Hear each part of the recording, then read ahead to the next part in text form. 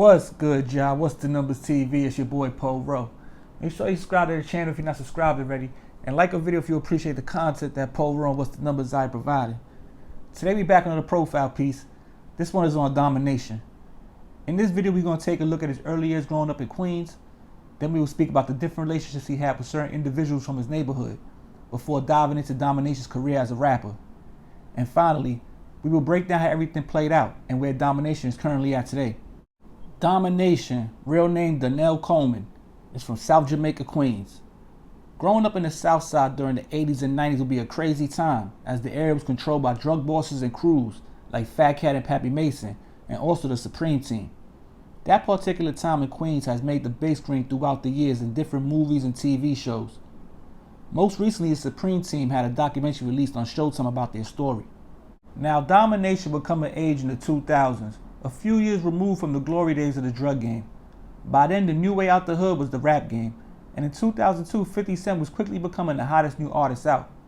50 Cent was killing the streets, releasing mixtape after mixtape, until superstar rapper Eminem co-signed him by calling 50 Cent his favorite rapper out. Eventually, 50 was signed with Eminem and Dr. Dre through Shady Aftermath and bring along his G-Unit crew, which at the time consisted of Tony Yayo, Lloyd Banks, and Young Buck. But besides the rappers in the group, 50 had a loyal set of street-affiliated individuals that were around and handle any problems that might arise through their journey in the rap game. A guy by the name of Bangum Smurf was one of those individuals and was looked at as 50 Cent's top gunner. Bangum would be so loyal that he would get into situations continuously and eventually got sent home from a tour for his antics. While back home in Queens, Bangum had some downtime as he waited for 50 to invite him back on the road. Instead of just sitting on the block doing nothing, he decided to use his free time to start a rap group / label with a rapper he'd been grooming for years. The rapper was Domination, who was a kid Bangum knew from the area who just so happened to be the younger cousin of deceased Lost Boy hype man, Freaky Ty. The duo will name their rap label Gangsta Flip Records, with their moving in the streets being called the Silverback Gorillas. They would jump on some hip-hop DVDs to get their name and buzz up, which was working good for the two, up until Bangum Smurf caught a case and got arrested. While locked up, Bangum would look to 50 to bail him out, as the rapper was now a millionaire after signing a lucrative recording contract for his upcoming albums. Bangum felt that some of that money was his, as he was a big part of the success and was actually on some early company paperwork. According to Bangum, he had enough of his own money tied up in the company that he felt 50 could have came and bailed him out. 50 never sent for Bangum, instead choosing to let him sit and figure it out on his own. So weeks later, with the help of his family, Bangum was finally able to make bail and hit the streets of Queens once again. Once he touched back down in the neighborhood, he would scoop up Domination and get to work on dropping some music under the GF Records umbrella. Some of the freestyles were disses to G-Unit, as the beef with Bangum's old crew was heating up on waxing in the streets. The two crews would bump heads at the Hot 97 2004 Summer Jam concert. 50 Cent and his G-Unit crew would be on stage performing, when all of a sudden he started throwing water into a crowd at an unruly crew in the front row. Then the group of people that got water thrown on them responded by throwing chairs onto the stage. Once the dust settled, it would be revealed that the people 50 was beefing with at the concert was none other than Bangum and Domination. Their issues with 50, who was the hottest rapper in the game at the time, had everybody talking about Domo and Bangum. The duo released numerous mixtapes that got the attention of Koch Records, who would offer them a record deal. The two would sign the deal, and from there it was on. Unfortunately though, Bangum would go to jail soon after signing the deal, leaving Damo in the streets to promote the project by himself. Damo wouldn't just be alone on the promo side of things, he would also be alone in the streets, where the beef with 50 and G-Unit was still ongoing.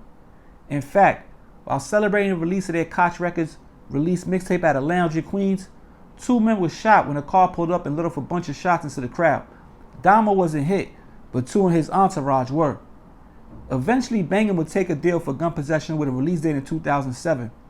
But unfortunately for Bangum, when it was time to be released back into society, his destination wouldn't be Queens, as this time he was getting deported back to Trinidad as a result of his criminal conviction. The deportation of Bangum hit Damo hard, as now he no longer had his right-hand man who was helping him make moves in the music industry. Damo would keep working, releasing mixtapes and interviews, but it just wasn't the same as it was before Bangum went to jail. Of course, by now, 50 Cent kind of moved on from his local beef with Damo and Bangum, as he was now beefing with bigger artists in the industry. Bangum would do a few interviews from his new home in Trinidad talking about the whole beef and how he ended up getting deported. Once Bangham got situated, he and Dama would reconnect and get back to work on music over the next few years. Then, out of nowhere, around late 2011, rumors of Domination being arrested on some serious charges started to make its rounds on the internet.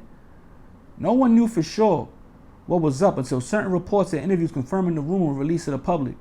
The details that would come out about the legal situation Domination was facing was that in the early morning hours of November 27, 2010, Domination was allegedly with a group of several people at a nightclub in Queens when a physical altercation broke out between a man named Haran Warfel and Domination and his crew. Shortly after the initial altercation ended, as Mr. Warfel was being escorted out of the nightclub, a group of 8 to 10 men attacked him. A large fight ensued, and when it was over, Mr. Warfel laid there beaten in a pool of blood. He was taken to the hospital where he ended up dying. An autopsy revealed that Mr. Warfel sustained at least 11 blows to the head and that he had multiple blunt force injuries to his body. Domination was arrested in March of 2011 and charged with manslaughter in the first degree along with gang assault. He did a few interviews with a couple media outlets while on Rikers Island fighting his case. Then, finally, his trial began in March of 2013 in Queens County Supreme Court. The trial lasted 2 weeks as the defense attempted to poke holes in the prosecutor's case. And when the jury returned from deliberations, the verdict was not guilty on the manslaughter charge, but guilty on the gang assault charge. The judge then went on to sentence Domination as a second violent felony offender to a term of imprisonment of 18 years, to be followed by 5 years of post-release supervision. And with that, the story and music career of Domination was put on hold for the time being. But yo, it's What's the Numbers TV. That was a quick profile piece on Domination. Real name, Donnell Coleman, Queens, Southside, we outside. Now, you know, he ended up getting charged as a second violent offender. He appealed that because he only had a gun possession charge. He said he shouldn't have been violent. He ended up giving 1 year back. So his sentence was reduced from 18 years to 17 years. He currently has an early release date in 2025 right now and a max out date in 2028. So, you know, he's basically on the countdown. Hopefully he'll be home soon in 2022. If he gets out in 2025, that's 3 years from now. Hopefully Domination comes back to the streets, gets to do what he do. You know what I'm saying? Be a free man. Now, I don't know if rap is still something he wants to do on the come home or music whatsoever, anything like that. You know what I'm saying? He was down for like a person lost their life, rest in peace. That was a situation. He took a big chunk of his life. 2013, he blew track, got locked up in 2011. So it's already been over 10 years, you know what I'm saying? So his music something he still wants to do, I don't know. I'm pretty sure he wants to be free. He'll go from there. Now, Bangham Smurf, he's still in Trinidad. You know what I'm saying? A little more situated now than he used to be, but he's still out there. Hasn't made it back to the States yet. Now, you know, when they was in Queens, you know what I'm saying? Bangham Smurf, legendary name in Queens. Everybody know that. You know what I'm saying? Ran with 50 when they was beefing with Preem and all that. Now, whatever happened between them happened. And from there, Domination came in. And that's how the whole Domination and Bangham Smurf thing came about, man. So, shout out to all of those people involved. Rest in peace to the person that lost his life at the club that night. And one thing also, a lot has changed in Queens since then. Since Domination been locked up, a lot has changed in Queens. There's new artists out. You know what I'm saying? 50 moved on to music. To movies and television and things like that. So it'll be good to see, you know what I'm saying, to just see him free after all this time, you know what I'm saying? It's sad that he had to go do all that time in jail, but you know, that's the life that's the game you play when you out here running around.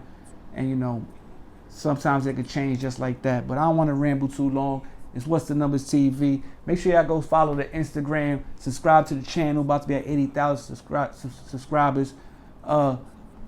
Instagram, tap in with the live streams. If you wanna social support, the Cash App is $ What's the Numbers. Follow my co-host on the channel, Batty Bills, on IG. What's the Numbers TV, your boy Poro. We back before you know it, man. We out of here. Peace.